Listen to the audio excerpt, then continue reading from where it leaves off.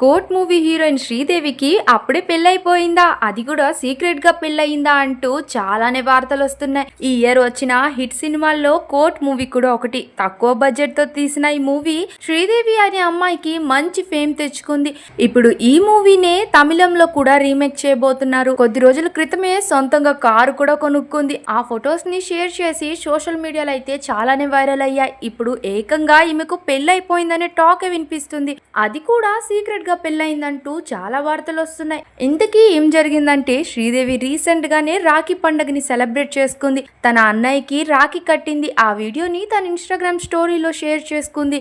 అయితే నెటిజన్లు ఈ వీడియోస్ చూసి ఊరుకోకుండా ఆమె మెడలో ఉన్న పసుపు తాడుందేంటి అంటూ మాట్లాడడం మొదలు పెట్టారు. సీక్రెట్ గా పెళ్ళైపోయిందా అంటూ రూమర్స్ క్రియేట్ అయ్యాయి. ఈమెకు అప్పుడే పెళ్ళైపోయిందా, ఇది ఎప్పుడు జరిగింది అంటూ చాలా డిస్కషన్ నడుస్తుంది. అయితే అసలు ఏం జరిగిందంటే, రాఖీ పండుగ శనివారం కాగా అంతకు ముందు రోజు తెలుగు రాష్ట్రాల్లో శ్రావణ శుక్రవారం సందడి కనిపించింది. అలాగే శ్రీదేవి ఇంట్లో కూడా వరలక్ష్మి వ్రతం చేసుకున్నారు.